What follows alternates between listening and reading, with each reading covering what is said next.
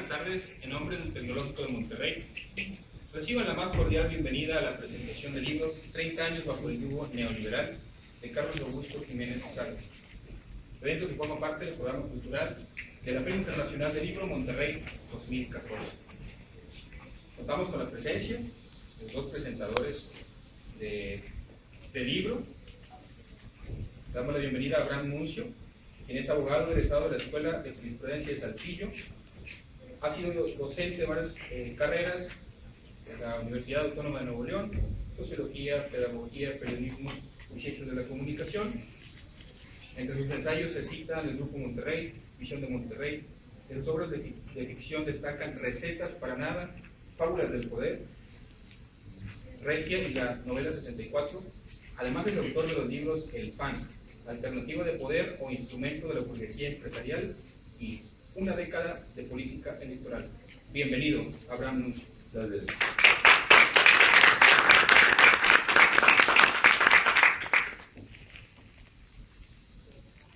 También se encuentra entre nosotros Rogelio González Ramírez, abogado egresado de la Universidad de Nuevo León. Ha estado dentro del servicio público, es exdirector de Fonderrey, pequeño empresario desde hace 30 años y presidente actualmente del Comité Estatal Morena. Bienvenido, Rogelio González.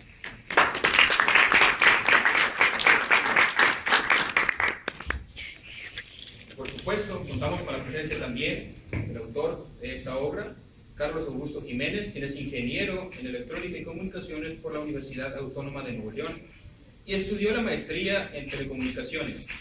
En 2011 se incorpora como consultor y asesor en el Patronato Educativo Cultural PESIDI.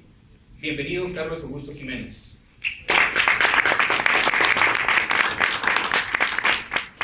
Al final de la intervención de nuestros ponentes, abriremos un espacio para las preguntas y respuestas. A continuación, cedo la palabra a nuestros invitados. Pues buenas tardes. La verdad es que no dejo de sorprenderme de que un ingeniero en electrónica sea el autor de ese libro, porque uno no esperaría que habiendo aquí varias escuelas y facultades de economía, pues hubiera ya para esas fechas un buen acervo de textos con este tema, ¿no? Pero, no sé, algo pasa que no se producen y por ello mismo es que pues hay que felicitar al autor, ¿no?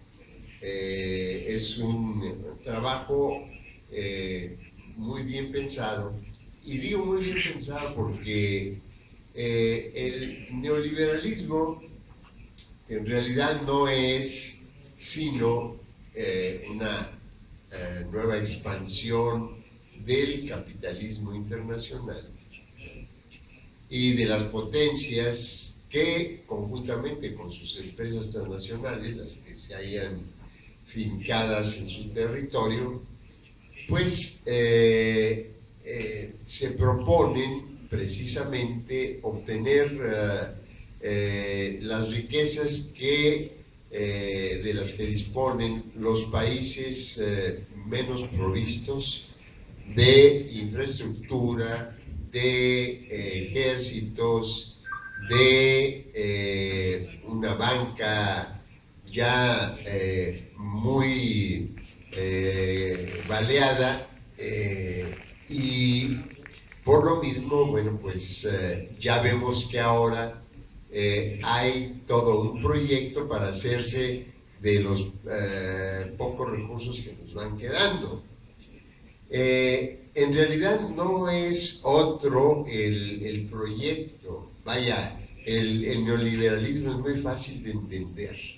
Se trata de obtener las riquezas y los recursos naturales para aprovecharlos baratos y luego venderlos caros a los mismos países de donde los extraen. Las potencias capitalistas del planeta y las agencias que en realidad no dejan de serlo. Si uno recuerda, por ejemplo, nuestra historia, a ver, quién era, digamos aquí, el cónsul, representante de los intereses económicos y políticos de Inglaterra en el siglo XIX. Pues nada menos que el abuelo o bisabuelo ahora de Jan Azcárraga, el dueño pues de Televisa, ¿no? Era el empresario mismo. No ha dejado de tener, digamos, más o menos la misma relación el conjunto de transnacionales que vienen y se posan en los países, ¿no? Con las potencias donde tienen sus cuarteles u oficinas generales, o como se les llama ahora, sus corporativos centrales, porque también tienen corporativos en cada uno de los países donde llegan y se asientan.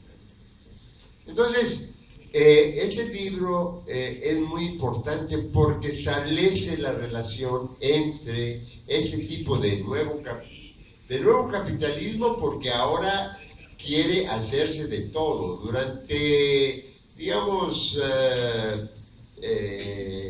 30, 40 años, ¿no? Del siglo XX, pues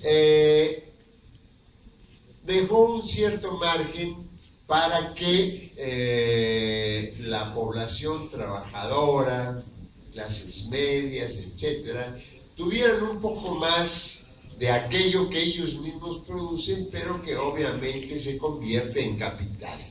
El trabajo es capital, nada más que ellos lo disimulan muy bien y creen que viene de cualquier otra parte, como muy mágica, ¿no?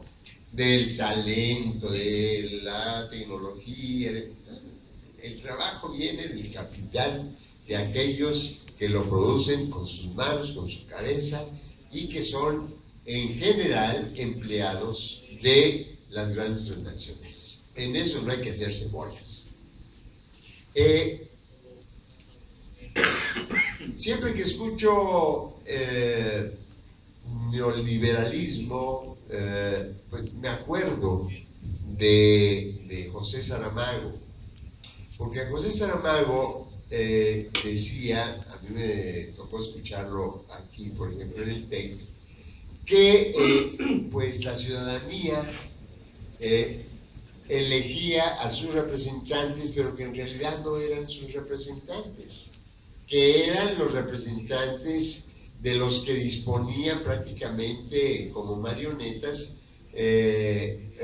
un agente extranjero, llámese Estado, conjunto de estados, empresas transnacionales. Ahora, las elecciones precisamente es lo que permiten. Cada vez las elecciones son más caras en este país. Por lo tanto, si alguien de los que están aquí presentes pretendiera lanzarse como candidato a una cosa pequeña, ser regidor, presidente municipal de un pueblito de Nuevo León, tendría que tener dinero atrás, un dinero que no fácilmente se consigue porque son millones de pesos, ¿no? Entonces, a ver, ¿a quién obedece o a quién van a obedecer los futuros gobernantes y a todos los que vamos a elegir el próximo año? Pues no nos van a obedecer a nosotros como nunca nos obedecen. O sea, finalmente sus patrones, como se dice en una película muy interesante que se llama La Guerra de Charlie Brown, pues son los que deciden las elecciones, aquellos que patrocinan las campañas políticas, ¿no? ¿Quién le ha patrocinado las campañas políticas a todos los presidentes que han sido en este país? pues quien tiene más dinero. Hay que acordarse nada más de a quién acude Carlos Salinas de Gortari en la casa de Carlos San González, ¿no? Para hacer una cooperacha de 25 millones de pesos por piocha entre, pues, los que ya conocemos, los más ricos de este país, ¿no? Incluidos, obviamente, los grandes empresarios regiomontanos que ahora, pues, están más o menos como de vacaciones porque ya vendieron las plantas que antes tenían. Y en realidad el nuevo capital que ha ido entrando al país y por el cual hay aplausos diarios de parte de las autoridades, ¿no? Porque qué bueno, ahora sí creen en nosotros, el mundo nuevamente cree en nosotros, van a venir a invertir, hombre, van a venir a comprar lo que ya hicimos con el trabajo de trabajadores a los que jamás les va a tocar un penny, un quinto de lo que se va a vender. Que precisamente, si uno piensa, bueno, oye, ¿qué les tocó a los trabajadores de ILSA? ¿Qué les tocó a los trabajadores ya desde Gamesa, ¿no? ¿Qué les tocó a los trabajadores de Aceros Planos?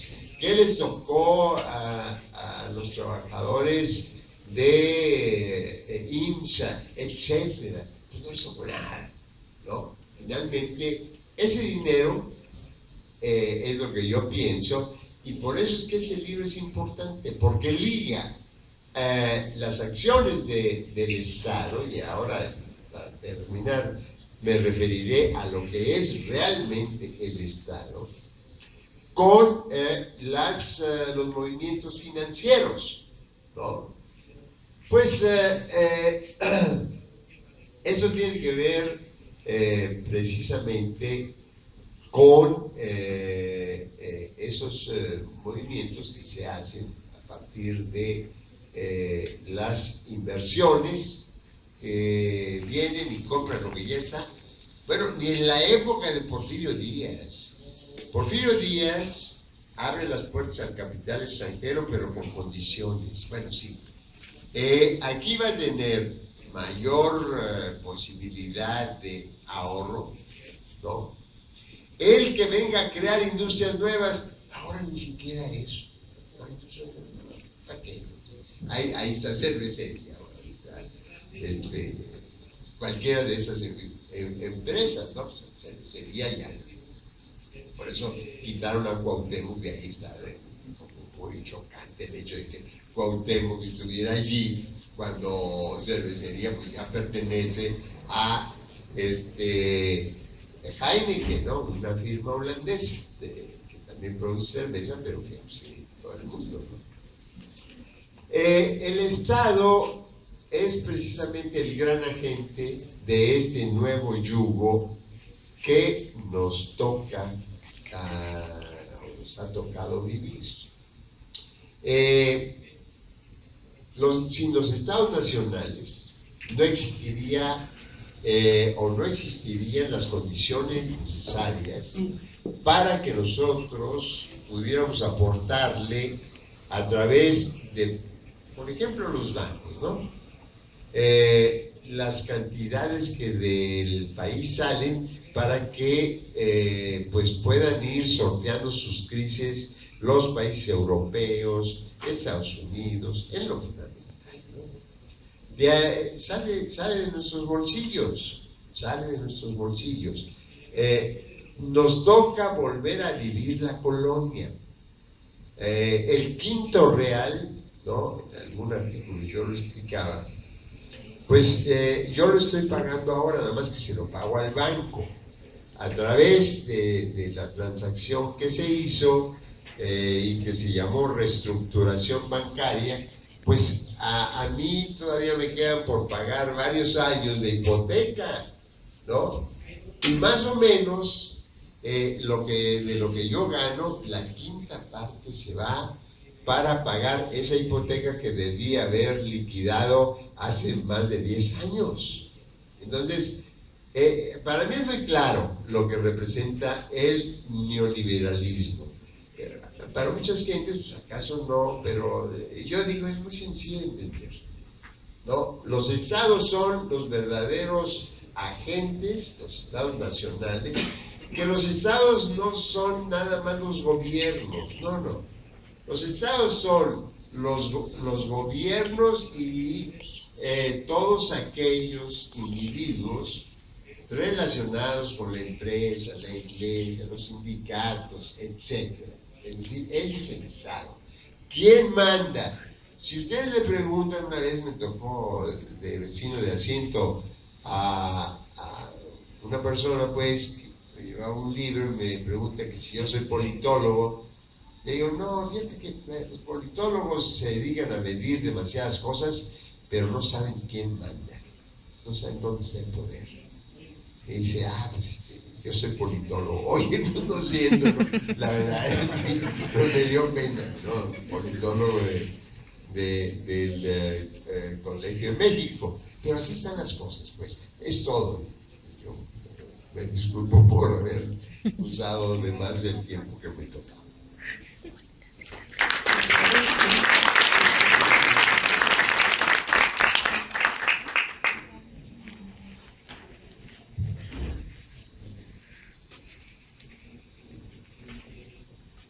Yo quisiera, en primer lugar, agradecerle a nuestro mutuo amigo Carlos Augusto Jiménez Zárate la oportunidad que en lo personal me da de poder realizar o intentar hacer la presentación del libro. Un libro que seguramente le demandó esfuerzo, estudio, tiempo, y lo conjuntó todos esos elementos para producir un libro muy interesante.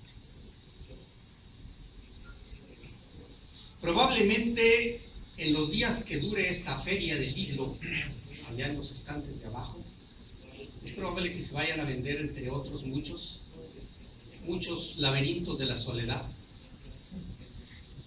del prestigiado Nobel Octavio Paz, que nos dijo o nos intentó decir qué es México y cómo somos los mexicanos. Seguramente habrá mucha venta de ese tipo de libros, pero eso es un tanto cuanto de historia. Y la historia es importante, pero más importante es todavía vivir los momentos presentes y los tiempos que vienen por delante. Y esto lo quiero mencionar porque de eso trata este libro. En su solapa vamos a ver una pincelada de quién es Carlos Augusto Jiménez Zárate. Hay muchas otras cosas, además de esta pincelada. Tiene la virtud, este libro, entre otras muchas, que estaremos tratando de reflejar. Para empezar, su nombre: 30 años bajo el yugo neoliberal. Sin escondrijos nos está diciendo qué es, de qué trata,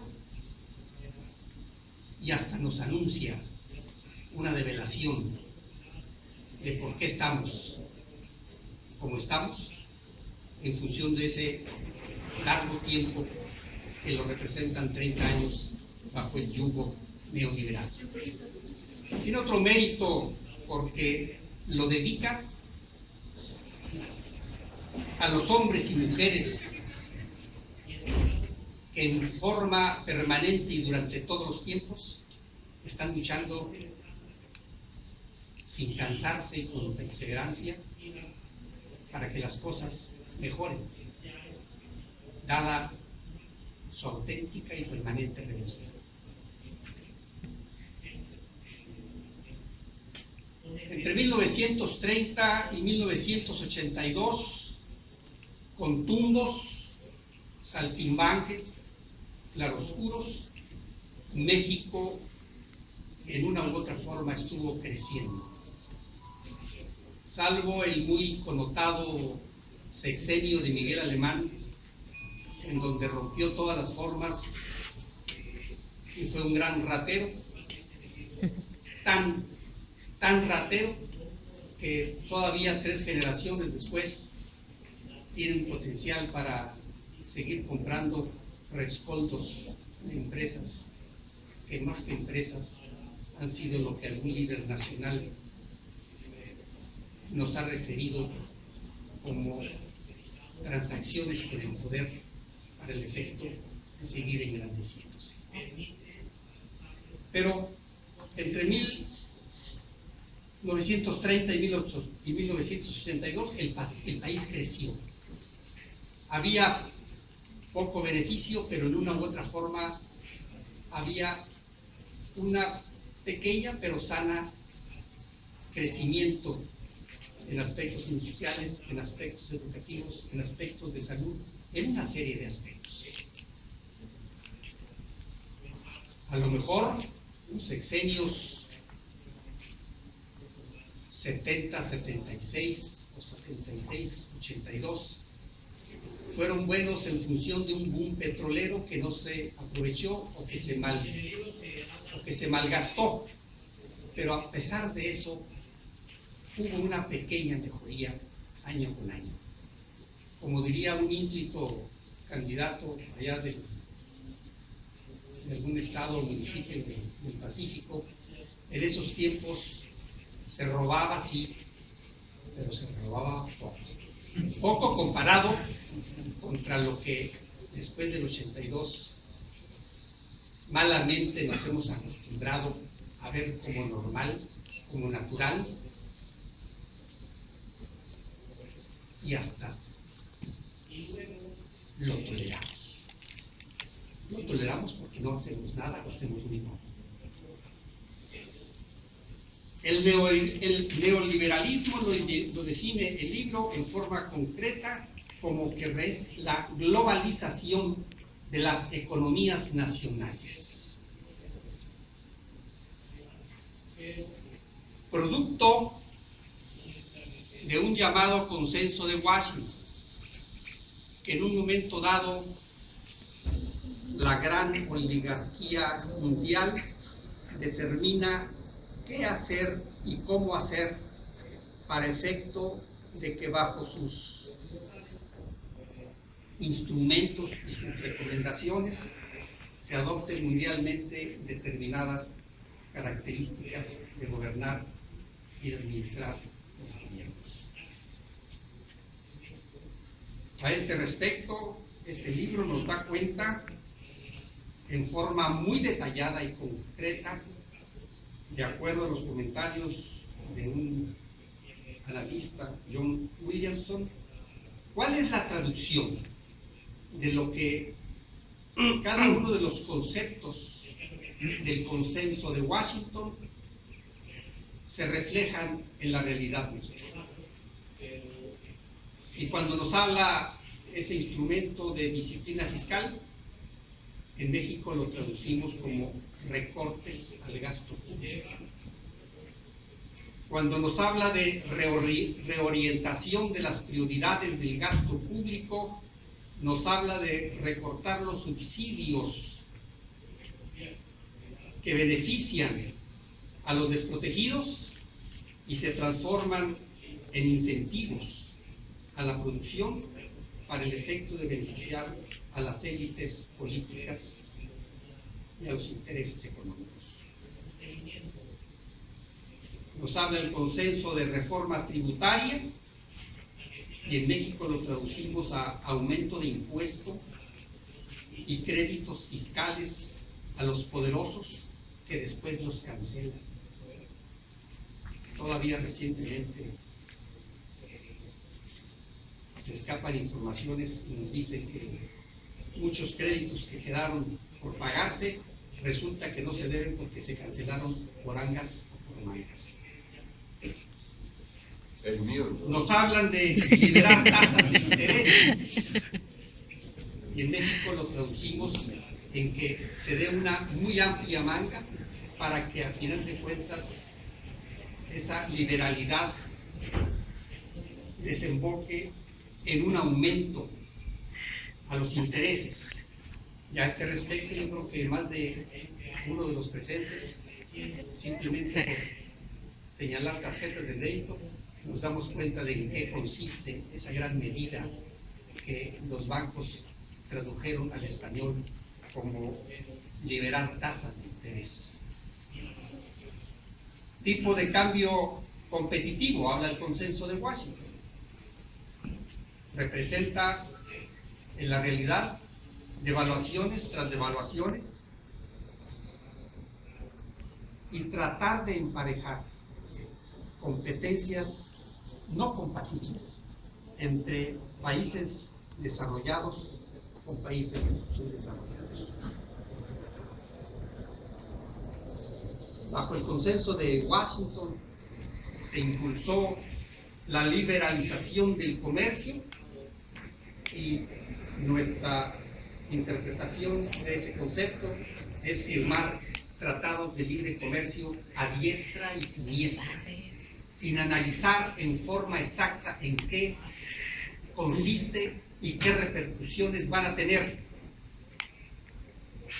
Y es increíble que a pesar de las experiencias, todavía hay en el tintero del aparato gubernamental un montón de muy probables nuevos convenios para liberación.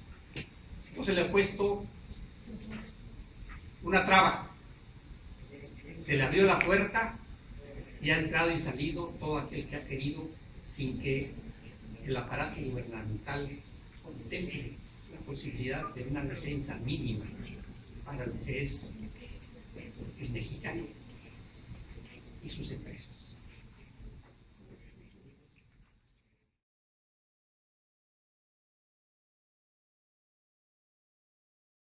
Monterrey, la Feria del Libro, y a mi casa, la Universidad Autónoma de Nuevo León. Bien, este libro, pues como lo mencionaron aquí los compañeros, trata de dar una idea de cómo se están haciendo las cosas en nuestro país, de qué manera poco a poco, a lo largo de ya de más de 3 décadas, los recursos se fueron entregando, los recursos tanto naturales como el trabajo de la gente se fue entregando al capital extranjero, a las grandes corporaciones, a las grandes transnacionales. Y el libro lo menciona, y lo acaban también de mencionar los maestros, la finalidad del modelo neoliberal es capturar los recursos energéticos del país. Lo acabamos de ver el año pasado y este año, se aprobaron unas reformas que prácticamente entregan la energía a los capitales extranjeros. Lo mencionó el José Rogelio, no vienen a invertir, ellos vienen a llevarse prácticamente la renta petrolera, que hace tan solo 2 años era 100% para el Estado mexicano. Trato de decir también en la portada que son 30 años de este modelo, porque nos venden la idea de que este modelo es algo novedoso y que ahora sí, con la entrega de los recursos, van a mover a México. Llevan 30 años haciendo lo mismo, 30 años privatizando las empresas del Estado mexicano. Yo les pregunto a ustedes, ahora que Telmex es de capital privado, ¿es más funcional que hace 20 años? No solamente eso, es más caro, ¿verdad? Y cobran por servicios que antes no cobraban.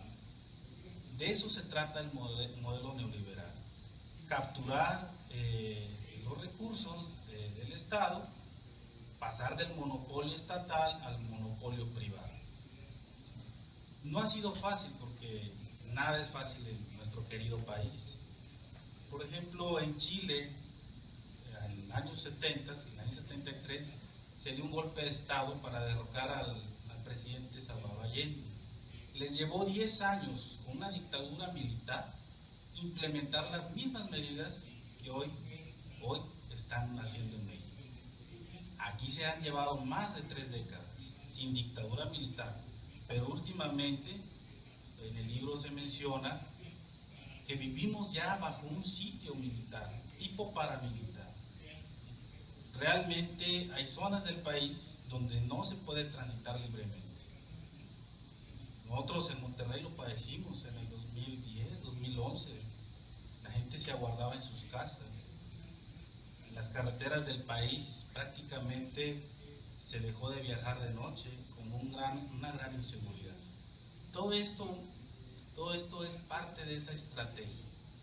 De esta estrategia que hace ver al Estado inútil para vender el concepto de que los intereses privados, el capital privado, sí puede hacer bien las cosas. Y hasta donde se ha demostrado, eso no es cierto. El libro también hace una historia, hace un relato histórico de este concepto neoliberal. No es nuevo, el nombre parece nuevo, ¿no? Neoliberalismo, pero este concepto tiene más de un siglo y responde a las prácticas que el mismo Estados Unidos, después de la Gran Depresión, instrumentó para darle vida al país. Recordemos, era Franklin Roosevelt, el presidente de los Estados Unidos, bajo el modelo keynesiano, implementó grandes cantidades de dinero del mismo gobierno para hacerlo productivo con la misma gente. Y esto arrastró a economías como la mexicana a también industrializarse. Fue la época de la bonanza hasta finales de los años 70, cuando a Reagan, si lo recordarán, Ronald Reagan y Margaret Thatcher, la dama de hierro, instrumentan un nuevo paradigma. Ese nuevo paradigma es lo que ahora conocemos como neoliberalismo. Entonces, viene casi de un siglo de historia, se viene pues moldeando, se viene transformando, y como lo apuntaba el licenciado Rogelio, acaba allá por el 1989 en un llamado Consenso Washington, donde se dictan 10 reglas o 10 normas para llevar a cabo la transformación de un Estado nacional a un Estado privado. Y esas normas pues, las ha seguido nuestro país al pie de la letra, incluso más ortodoxas. Muchos pensamos que 30 años, y alguien por ahí me preguntaba, pero el PRI y el PAN han compartido el poder en estos 30 años. Y yo les digo, sí, de hecho, como lo decía el maestro Abraham, son más que pues títeres, ¿verdad? Estos partidos ni siquiera saben lo que están haciendo. Ellos están ahí en la escena política, pero no sirven a los intereses populares. Los que rigen, los que mandan, están, para decirlo claro, en la capital de los Estados Unidos. Ahí es donde se concentra el poder del neoliberalismo. Y ellos dictan las normas y lo que tienen que hacer. Entonces, mientras no sigamos en ese juego de creer y lo que nos dicen los grandes medios de comunicación, pues la población sigue inerme, sigue apática, no les interesan los temas sociales. Entonces, ¿qué tenemos que hacer? Pues impulsar estos temas. Desde cualquier trinchera, ¿sí? En la plática con los amigos, oye, ¿por qué estamos así? Bueno, ya de eso surgió este libro. Con amigos siempre ha surgido esa pregunta, ¿no? ¿Por qué ya cambió de PRI a PAN, ya llegaron los empresarios al poder y el país sigue peor, económicamente y políticamente y socialmente hablando? Bueno, falta que lleguen los líderes de verdad, ¿verdad? Los grandes líderes sociales. Y si no los hay, pues como ciudadanos tenemos que impulsarlos. Tenemos que quitarnos ya esa apatía y yo a veces digo, bueno, es entendible, después de tantos años de crisis, pues una más, pues ¿qué tiene, verdad? pero eso no es lo que le queremos heredar a nuestros hijos ni a nuestros nietos. Queremos lo mejor para ellos. Y bajo el yugo neoliberal no lo vamos a obtener. Tenemos que quitarnos ese yugo, tenemos que sacudirnos.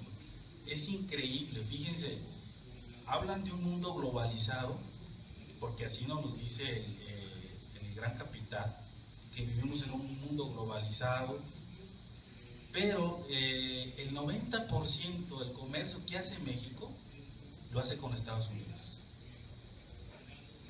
El 90%. Ustedes recordarán, año 2009, 2008, la crisis financiera que casi acaba con el sistema financiero mundial.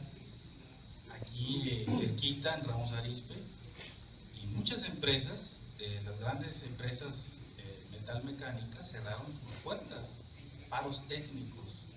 ¿Por qué? Porque los carros que ellos producen se venden en Estados Unidos. Y en Estados Unidos, en 2008, 2009, 2010, la gente no compró carros nuevos. Si la gente no compraba carros nuevos, pues no tenía ningún caso producirlos. Y obviamente, pues la economía mexicana también se vio afectada. Ahí tenemos que recordar al secretario en aquel tiempo de Hacienda, Agustín Cárdenas, que decía que solamente era un catarrito, ¿no? En el libro lo menciono, lo que parecía un catarrito se convirtió en una pulmonía fulminante. Y así ha estado continuamente. Ahorita estamos viviendo tiempos muy difíciles. Ayer revisaba las últimas cifras, ha caído la compra en las tiendas de autoservicio en más de 3%. Eso refleja que la gente no tiene dinero para comprar. Así de sencillo. Como dice el maestro Bonucci, hay que decir las cosas simples para que se entiendan. Yo no soy economista, tampoco soy financiero, pero me doy cuenta y me gusta analizar estas situaciones. ¿Sí? Son situaciones que están a la vista y que a lo mejor a veces no nos damos cuenta.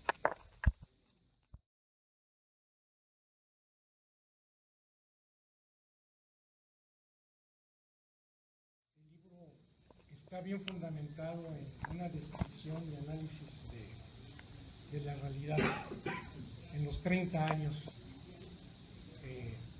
Y luego el profesor también dijo que era necesario compaginarlo con lo que es el mexicano. Y esa es mi preocupación. Me pregunto cómo afronta el mexicano y cómo enfrenta esta problemática de 30 años y cómo crear soluciones también a largo plazo, ¿sí?, para deshacernos del liberalismo. ¿Qué son las actitudes básicas? Estoy de acuerdo que son conversaciones, que es propaganda, que es una pedagogía social. Pero ¿cuál va a ser el instrumento y cuáles van a ser las organizaciones que enfrenten este problema? Porque se está cambiando México, entre comillas, dicen los politólogos, pero el mexicano no cambia, sigue igual. Entonces hay algunos focos rojos o distractores en donde nos enfocamos más a las guerras del narco y a otros distractores, a espectáculos, y no vemos conscientemente, no digo que no lo veamos emocionalmente porque nos afecta el bolsillo, primero por el desempleo y luego por no poder gastar en satisfactores necesarios. Pero ¿cuáles son las vías de solución a mediano y a largo plazo? Porque esto implica una cultura, no solamente del análisis que tú haces, que alimenta esa cultura de análisis y de probables soluciones, sino también implica una cultura del sentir del mexicano, de nosotros, ya que hay una multidiversidad de estilos de pensar mexicanos. Yo podía hablar de que, parafraseando a Gardner, pues a lo mejor hay inteligencias múltiples en cada región del país, ¿verdad? Aquí industriales, allá agrarios, allá ganaderos, allá pescadores. Y cómo la globalización es el discurso unificador de los estados al servicio de los intereses de Washington. ¿Cómo hacer para que las inteligencias múltiples en México pues también se integren y afronten y enfrenten inteligentemente, a largo plazo o mediano plazo, una solución para estos excesos de neoliberalismo? Sí, gracias. ¿Alguna duda o una vez contestamos? Bueno, yo pienso, bueno, yo mi carrera actual es profesor universitario y desde ahí me doy cuenta que el estudio, impulsar el estudio de estos temas o de cualquier tema, ayuda a las personas a primero entender en qué situación está y después compararse con otros países, con otras situaciones y hacer acciones necesarias para llegar por lo menos a un estado aceptable. La sociedad mexicana está adormecida, pero no toda. ¿Sí? Recordemos que grandes porcentajes de votación han ido para los proyectos alternativos, especialmente para la izquierda, la ideología de la izquierda, porque ya estuvimos con 70 años de prismo, 12 años de panismo. Entonces hay que buscar alternativas, ¿sí? Yo creo que es muy difícil, pero hay una reserva que en algunos casos es denominada reserva moral en la población, y esa reserva tendrá que salir a flote de algún modo. En algunos países esa reserva los ha salvado de caer aún más profundo. Antier nos daban la noticia que en Bolivia Evo Morales, con un 61% de aceptación, se reeligió. Y se reeligió no porque está haciendo las cosas mal, se reeligió porque cambió primero el paradigma neoliberal al que tenía sometido Bolivia, y aún está sometido en algunos aspectos, pero lo está cambiando para bien de la población. Entonces yo creo que hay que seguir insistiendo con nuestros círculos cercanos, participar activamente y, como algunos teóricos dicen, esperar el momento. El momento que tendrán que despertar las masas, ¿verdad? No tarda mucho, yo creo, en México en darse una gran movilización social que implique cambiar este modelo neoliberal. Quiero agregar un comentario sobre lo que dice el maestro Carlos acerca de la reserva moral. El país estuviera todavía peor si no estuvieran organizaciones no gubernamentales trabajando fuertemente. A veces comentando, y va de la mano de lo que decía ahorita Carlos, es muy importante generar esa conciencia en la casa, con los amigos, que no nos dé miedo en el trabajo abrir el tema político, porque eso es lo que poco a poco va abriendo la conciencia social. Entonces me parece muy acertado ese comentario, la reserva moral, hay que explotarla. Y como digo, si hay organizaciones que están trabajando fuertemente, están echando muchas ganas para crear un cambio a futuro, también de la mano del comentario que decía Carlos acerca de un país a futuro donde nuestros hijos, nuestros nietos vivan de una manera diferente.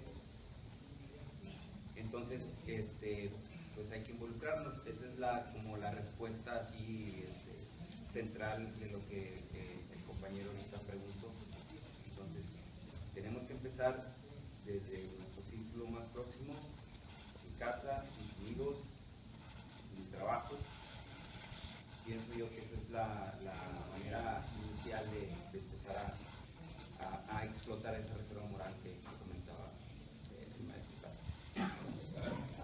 Bueno, pues antes que hacer la pregunta, quiero felicitarte, Carlos, por la obra, y más que pregunta es una observación sobre, no sobre los contenidos del libro, sino el libro mismo.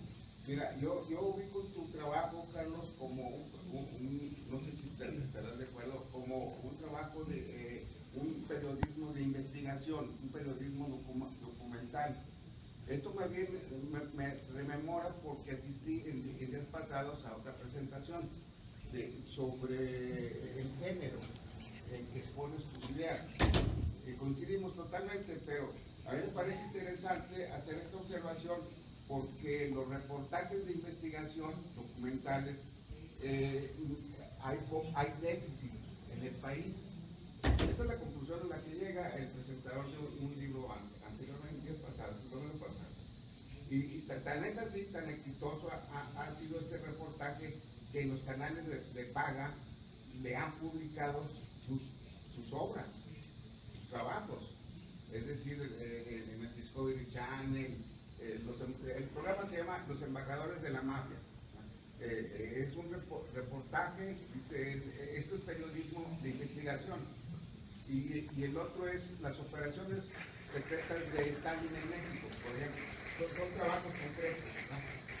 Entonces, a mí me parece interesante porque cubres un déficit de este género, ¿sí? No tan solo por el contenido mismo, sino porque es necesario abrir espacios en la narrativa, pues, ¿verdad? Con estas ideas, y además yo creo que son bienvenidas, la gente los espera.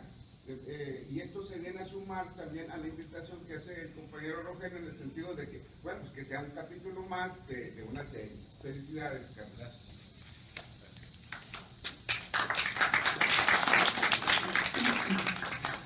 Carlos, mira, yo quisiera aprovechar el momento y los dos comentarios que ha habido anteriores para igual felicitarte, ¿no? Porque realmente eres una persona joven, pero con muy buenos avales aquí a tu lado, a los dos maestros.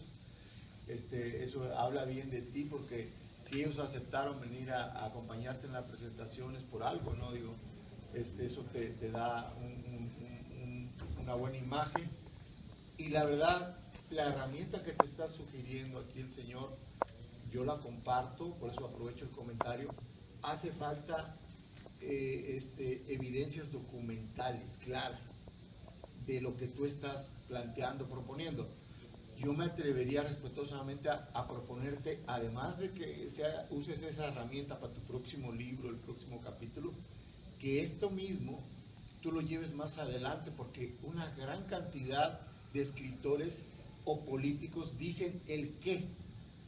Ya estamos un poquito cubiertos en muchas etapas de qué hacer, qué está pasando. Tú ahorita vienes a plantear qué es lo que está pasando. Está bien, eso nos ayuda a la conciencia, pero yo te sugeriría que tu próximo libro lo enfoques a una estrategia clara, un plan claro de cómo resolver, cómo de una manera documental, de una manera seria, como estaba diciendo ahorita el señor que comentó anteriormente. Enfócate en eso. Estás muy joven, eres maestro, puedes utilizar algo del presupuesto igual que la universidad para otro libro, ¿verdad? Y realmente enfócate en eso, porque eso es lo que hace falta. Ya te está diciendo eso, yo estoy de acuerdo. Hay un déficit de ese tipo de trabajo, pero en el cómo, ya el que ya, un plan claro. ¿Qué tenemos que hacer cada ciudadano? Como él decía, qué movimientos, qué opciones, o sea, el cómo, ¿verdad? Y también si te alcanza el presupuesto, pues ¿cuándo tenemos que hacerlo? Ok, eso es todo. Felicidades. Un fuerte aplauso.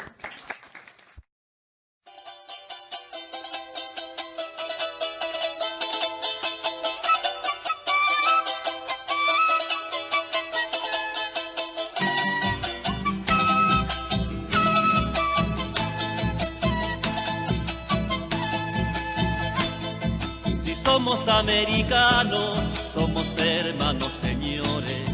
Tenemos las mismas flores, tenemos las mismas manos.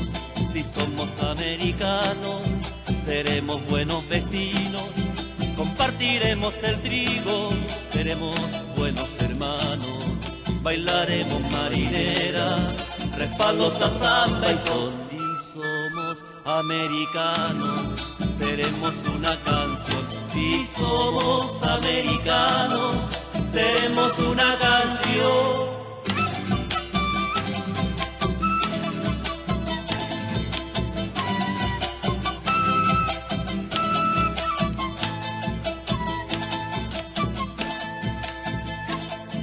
Si somos americanos, no miraremos fronteras, cuidaremos las semillas, miraremos las banderas. Si somos americanos, seremos todos iguales.